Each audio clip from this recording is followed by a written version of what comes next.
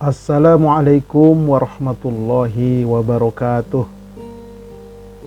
Alhamdulillahi wa kafa, wassalatu wassalamu ala rasulihil mustafa wa ala alihi wa ashabihi wa manihtada, amma ba'd.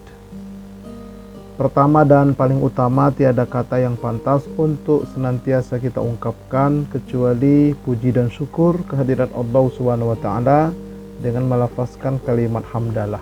Alhamdulillahirabbil alamin. Salawat beruntaikan salam semoga Allah sampaikan ke haribaan Nabi kita Muhammad sallallahu alaihi wasallam. Sahabat-sahabat Majelis Studi Dakwah Terapan yang dirahmati oleh Allah Subhanahu wa taala. Kami dari Majelis Studi Dakwah Terapan menyelenggarakan pertama menerjemahkan bacaan sholat kata per kata. Ada buku panduannya. Silakan kita buat grup, misalnya buat kelas 5 orang minimum, 10 orang, 15 orang. Dalam 10 atau 15 pertemuan insya Allah kita bisa sholat sambil meresapi maknanya. Nah itu ada metodenya insya Allah, ada pelatihannya. Juga saya sebagai pembimbing haji dan umroh bersertifikat, insya Allah amanah. Konsultasi tentang waris, sebaiknya tetap muka. Kajian tematik, konsultasi penyakit medis dan non medis, pasutri dan keluarga, ini kita rekanan, ada tim. Kemudian konsultasi seputar keislaman. Silakan atau berkunjung ke channel saya Ustadz Arifin Purba Official atau hubungin di nomor telepon ini. Tapi bagi yang belum subscribe, like and share ditunggu dan itu gratis. Sahabat-sahabat sekalian, Allah berikan kepada kita dua jalan pilihan. Ada jalan menuju surga dan ada jalan menuju neraka. Nah, kita sekarang sedang menuju ke surga. Nabi bersabda, "Wa man salaka tariqan yaltalmisu fihi ilman, sahalallahu lahu bihi tariqan ilal jannah." Barang siapa menempuh jalan untuk mencari ilmu, maka Allah akan memudahkan jalan ke surga baginya. Jadi kalau ingin mudah ke surga jalannya, mari sama-sama kita thalabul ilmi, baik secara offline maupun secara online seperti ini. Nah, silakan dalam rangka thalabul ilmi, suami thalabul ilmi, istri juga thalabul ilmi, anak-anak thalabul ilmi, maka insya Allah satu keluarga dimudahkan jalan ke surga insya Allah. Baik sahabat-sahabat Majelis Studi Dakwah Terapan yang dirahmati oleh Allah Subhanahu wa taala.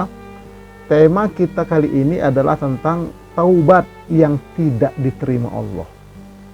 Nah, nanti kelanjutannya taubat yang diterima Allah. Kita lihat dulu taubat yang tidak diterima Allah. Nah, ini perlu kita ketahui agar kita bisa menghindar atau setidak-tidaknya kita hati-hati. Ada beberapa yang tidak diterima Allah ternyata taubatnya. Nauzubillah min dzalik. Nah, mana saja dia, mari kita lihat.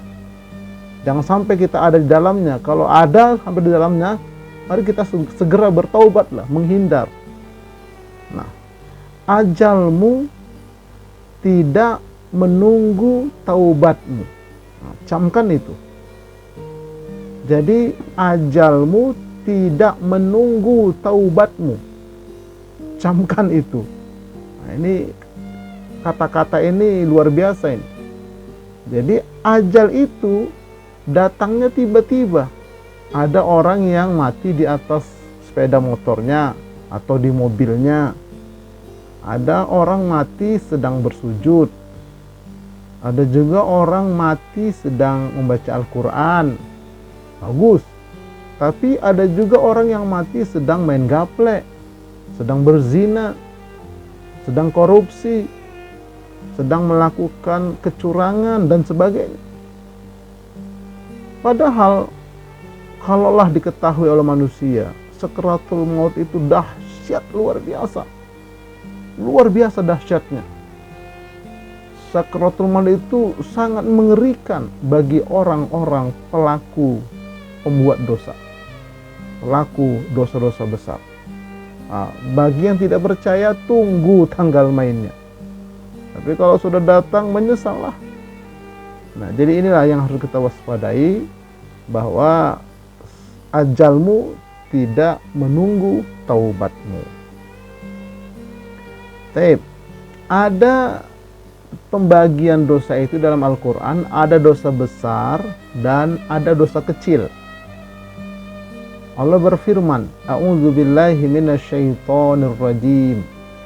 In tajtanibu kaba'ira ma tunhauna anhu nukaffir ankum sayyi'atikum wa nudkhilkum mudkhalan karima.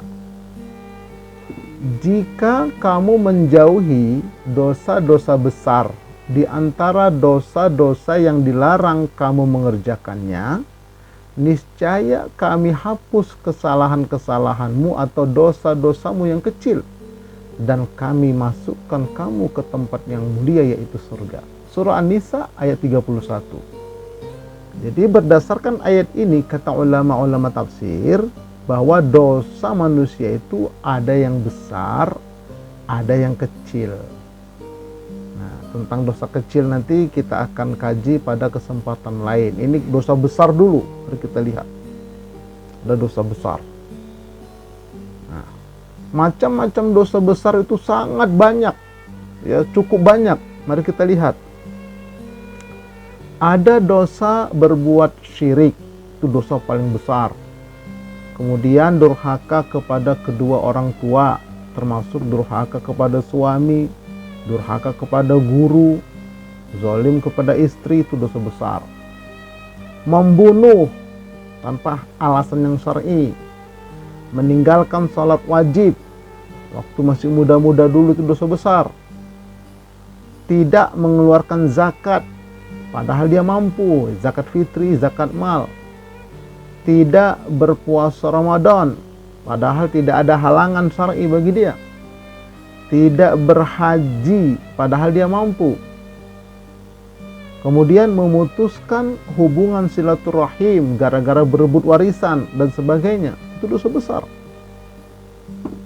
Berzina, kemudian memakan harta anak yatim tanpa hak, itu dosa besar. Pemimpin yang zalim, itu dosa besar. Kemudian memakan riba dan memakan uang suap.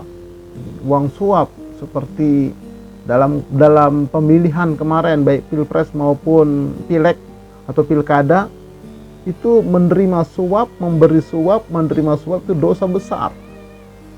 Kemudian berbuat dan pembela kecurangan, berbuat curang, membela kecurangan. Nah, jadi itu dosa besar, luar biasa itu. Kemudian minum khamar dan narkoba serta sejenisnya, itu dosa besar. Berjudi, dosa besar, dan lain-lain, banyak sekali. Nah, inilah macam-macam dosa-dosa besar itu. Nah, jadi dari berbagai macam dosa besar ini, ya, ada yang tidak diterima oleh Allah taubatnya. Kalau dia mau bertobat dari dosa ini, ada yang tidak diterima taubatnya. Nah, mari kita lihat. Taubat yang tidak diterima Allah dari dosa-dosa besar tadi, padahal dia bertobat, tapi tidak diterima. Dia mau taubat, nggak diterima. Setidaknya itu ada 6. Ada 6 macam dia itu. Mari kita lihat. Yang pertama, apabila matahari telah terbit dari arah barat. Kita lihat hadisnya, baris yang ketiga, wala tanqati'ul hijratu ma tuqallibati taubatu wala tazalu taubatu maqbulatan hatta tatalu asy-syamsu minal maghribi fa idza tala'at tubi'a ala kulli qalbin bima fihi wa kufiyan nasul amal. Hijrah tidak akan terputus selama taubat masih diterima, dan taubat akan tetap diterima hingga matahari terbit dari barat. Jika ia telah terbit dari barat, maka dikuncilah setiap hati, setiap kolbu, tertutup pintu taubat dengan apa yang ada di dalamnya, dan cukuplah bagi manusia amal yang telah dilakukannya sebelum terbit matahari itu. Begitu terbit, tertutup semua. Nah, jadi ini yang harus kita waspadai. Hadis ini sahih riwayat Imam Ahmad. Nah, jadi kalau matahari sudah terbit dari arah barat, tertutup pintu taubat. Kapan itu? Menjelang kiamat. Ya mungkin kita tidak mengalami, tapi nanti ada orang-orang yang mengalami ketika matahari terbit dari arah barat, dia tidak bertaubat, dan pada saat itulah tertutup pintu taubat bagi mereka. Na'udzubillahi min dzalik. Ini yang pertama. Yang kedua, pada saat sedang mengalami sakaratul maut, Allah berfirman, "Walaysati taubatu lilladzina ya'maluna sayyi'at hatta idza hadara ahadahumul maut qala inni tubtul an walalladzina yamutuna wa hum kuffar ulaika a'tadna lahum adzaban alima." Dan tidaklah taubat itu diterima Allah dari orang-orang yang mengerjakan dosa yang hingga apabila datang ajal kepada salah seorang di antara mereka, barulah dia mengatakan, sesungguhnya saya bertaubat sekarang. Dan tidak pula diterima taubat orang-orang yang mati sedang mereka dalam kekafiran. Bagi orang-orang itu telah kami sediakan siksa yang pedih. Nah, jadi Allah menjelaskan di sini bahwa ketika sakaratul maut banyak orang yang bertaubat. Sekarang aku taubat ya Allah, ampun ya Allah. Tidak diterima. Nah ini, jadi jangan sampai sakaratul maut baru taubat. Enggak diterima. Ini ayatnya. Nah, yang tidak percaya tunggu tanggal main. Na'udzubillahi min dzalik. Ini yang kedua. Yang ketiga, apabila orang itu melakukan 2 kali murtad. Allah berfirman, "Innalladzina amanu tsumma kafaru tsumma amanu tsumma kafaru tsumma zdadu kufra lam yakunillahu liyaghfira lahum wa la liyahdiyahum sabila." Sesungguhnya orang-orang yang tadinya beriman kemudian kafir, kemudian beriman lagi, kemudian kafir lagi, kemudian bertambah kekafirannya, maka sekali-kali Allah tidak akan memberikan ampunan kepada mereka dan tidak pula menunjuki mereka kepada jalan yang lurus. Surah An-Nisa ayat 137. Jadi kata ulama tafsir, kalau ada seorang muslim murtad sekali, masuk Islam kembali, itu masih diterima. Tapi begitu dia murtad kedua kali, masuk Islam lagi, tidak diterima. Tertutup sudah pintu taubat. Walaupun dia bikin KTP 10 Islam, 10 macam KTP-nya Islam, nggak diterima.